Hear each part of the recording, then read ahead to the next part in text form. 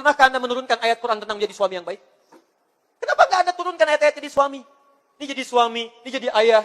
Pernahkah Anda mendengar kalimat di Quran bahwa suami beriman itu tidak cepat marah pada pasangannya? Quran surah keempat ayat 19.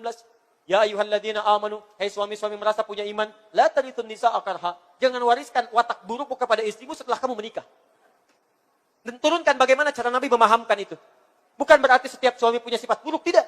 Maksudnya ada sifat-sifat yang ditafsirkan oleh hadis Nabi. Kata Nabi, lihat-lihat kalimatnya, ittaqillaha fin nisa. Ditafsirkan oleh Nabi, para suami bertakwalah kepada Allah dari istri-istri kalian. Fa innahunna khaliqat min dal'in a'waj.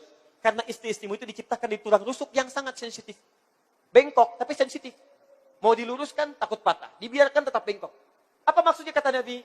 Kamu itu laki-laki, diberi nama dengan rajul. Rajul itu seakar dengan rijal. Rijal itu keras, tegas, berwibawa. Kadang-kadang lupa sifat rajul ini dibawa kemudian untuk berkomunikasi dengan istri. Istri punya sifat dengan sifat yang lembut. Dengan kelembutan itu cepat merasakan seperti tulang rusuk yang bengkok. Kadang muncul ketegasan kita dipahami salah oleh istri kita. Bagaimana menerjemahkannya? Turun ayatnya, turun hadisnya. Diterjemahkan dalam kehidupan Nabi. Diberi contoh lewat istri-istri Nabi. Kenapa akhirnya istri Nabi diperkenankan lebih daripada 4? Berapa istri Nabi? Lebih daripada 4. Teman-teman, di antara rahasianya, maaf ya, di antara rahasianya, karena istri-istri Nabi itu seluruhnya adalah miniatur seluruh karakteristik perempuan di muka bumi. Di seluruh istri Nabi mewakili karakteristik perempuan di muka bumi. Silahkan antum cek pulang ke rumah. Antum akan temukan di antara istri antum akan ada yang mirip dengan karakteristik istri Nabi. Akan ada sebelum menikah dengan Nabi. Dari yang paling cemburuan sampai yang paling perhitungan. Akan muncul. Tapi lihat bagaimana Nabi mendidik mereka. Masya Allah. Yang tadinya perhitungannya masalah uang belanja. Sekarang bagaimana satu kurma menjadi ibadah. Pulang ke rumah. Kalau istri antum banyak menuntut, pah belanja kurang, pah ini, pah itu. Baca, kembalikan kepada hadis. Kira-kira istri antum mirip siapa itu. Cek. Lalu lihat bagaimana Nabi mendidik istrinya ini. Sehingga berubah jadi satu kurma, bagaimana jadi ibadah. Praktekkan dalam kehidupan rumah tangga. Besok-besok, Masya Allah. Pah, gak usah mobil, Pah. Gak usah mobil. Telunjuk kita ada sudah cukup, Pah, untuk menghentikan mobil di jalan. Sudah, Papa gak usah capek-capek lagi besok. Gak usah cari mobil, Pah. Kita tunjuk aja begini. Cukup, Papa. Dan itu membuat kita lebih tawadu dalam kehidupan. Masya Allah. Begitu turun, rendah hati, bayar. Enak. Cek, pulang ke rumah. Mungkin ada di antara antum yang istrinya mirip, misalnya maaf, Sayyidah Aisyah. Ada yang mirip misalnya Saudah binti Zam'ah radhiyallahu ta'ala anha. Ada yang mirip misalnya Ummu Habibah. Ada yang mirip Maimunah dan sebagainya. Kalau Khadijah itu agak susah. Agak susah. Khadijah itu dilukiskan di Al-Bukhari, hadis yang keempat. Kalau Nabi punya masalah seberat apapun, itu pulang ke rumah, lihat wajah Sayyidah Khadijah hilang setengah kegelisahan. Setengah masalah hilang. Mendengar kata-kata beliau, hilang semua masalahnya. Suamiku sayang, kau itu orang baik. Kau tidak punya musuh. Selalu berbuat baik pada orang lain. Menyambung silaturahim. Yakinkan pada dirimu. Yakinkan pada jiwamu. Aku akan bersamamu dalam suka dan duka. Jadi begitu melihat wajah istrinya, hilang setengah kegelisahannya. Kalau mau cek, antum pulang dari kantor besok. Sedang punya masalah, pulang ke rumah. Ketok pintu yang pertama lihat wajah istri antum. Begitu setengah dari masalah antum hilang, punya peluang jadi setengah Khadijah dalam kehidupan antum. Tapi begitu antum lihat tambah masalah misalnya, itu jadi masalah. Sebetulnya mah ya, masalah itu nggak besar-besar amat nih mah. Tapi ketika lihat mama, kenapa jadi bertambah? Misal ya, itu yang jadi persoalan. Kembalikan. Enak teman-teman, bawa ke rumah. Ayo antum sudah berapa lama jadi suami? Yang di belakang jadi istri, jadi ibu. Kenapa anda nggak pernah sempat sih menurunkan ayat? Anda sudah puluhan tahun hidup, belasan tahun berumah tangga. Kenapa nggak dikeluarkan yang kecil-kecil? Jadi istri Qurani, jadi suami Nabawi, turunkan ayatnya, turunkan hadisnya. Ini indah kok, Nabi hidupnya nggak tegang. Nggak tegang, Nabi biasa aja. Pulang ke rumah kadang canda, lihat istrinya sedang membuat adonan dari tepung. Dilihat oleh Nabi, tiba-tiba apa yang terjadi? Diambil tepungnya, dicolekkan ke keningnya begini, ketawa bersama-sama. Besoknya dengan Sayyidah Aisyah balap lari, kata Sayyidah Aisyah, aku kalau dengan Nabi selalu lomba lari. Kalau aku sedang keadaan-keadaan langsingnya, aku menang dari Nabi. Ketika aku semakin gemuk, kalah sama Nabi. Nonton bareng-bareng, kadang diangkat oleh Nabi, Sayyidah Aisyah. Masya Allah, indah suasananya. Nikmat.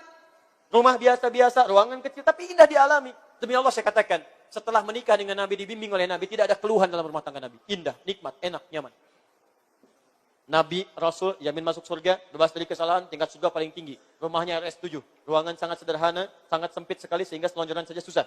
Ibadahnya enak, nikmat, nyaman. Istrinya tidak ada keluhan, makan seadanya, nikmat dan hidup luar biasa.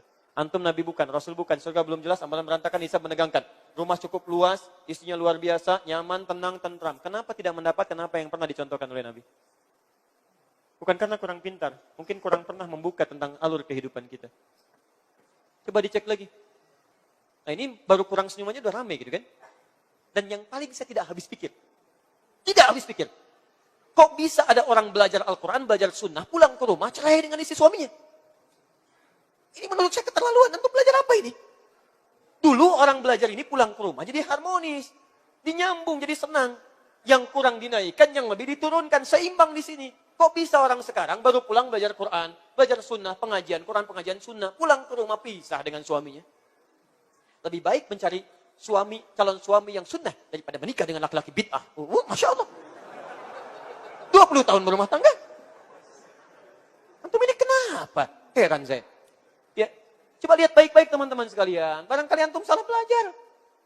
Coba lihat baik-baik. Stepnya turunkan. Antum itu dititipkan oleh Allah suami antum yang sekarang. Karena itu pasangan terbaik Anda. Terbaik Anda. Jadi kekurangan Anda dilengkapi oleh suami Anda. Anda pun suami kekurangannya dilengkapi oleh istri Anda sekarang. Karena itu jodoh terbaik Anda. Maka kalau Anda mendapatkan kekurangan di istri Anda, wajar karena dia bukan malaikat sekali lagi. Kalau ingin cari sempurna, nikah dengan bidadari sana. Kalau mau cepat meninggal. Ya. Sama istri juga begitu, jangan banyak mengungkit kekurangan suami. Karena suami Anda bukan malaikat. Bukan malaikat. Kalau punya kesalahan, wajar. Kesalahan itu dikirimkan supaya Anda dapat pahalanya. Jadi kalau istri menuntut suami jadi soleh, jangan banyak dituntut, bantu dia menjadi soleh. Sama, suami juga demikian.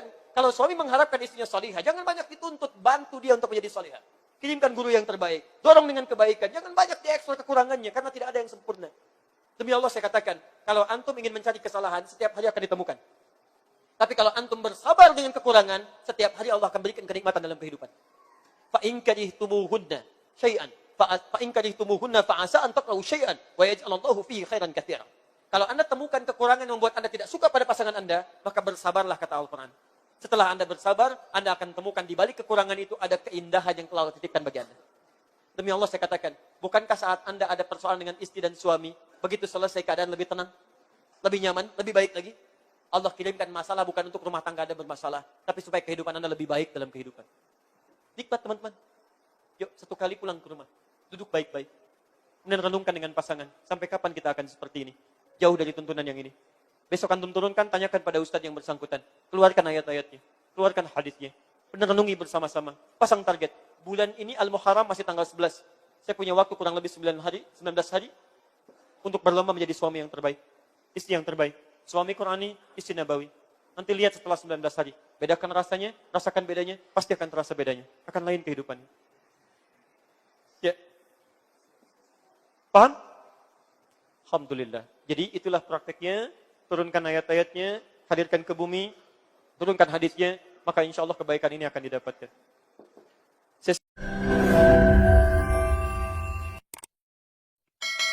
Jangan lupa subscribe, like, and share.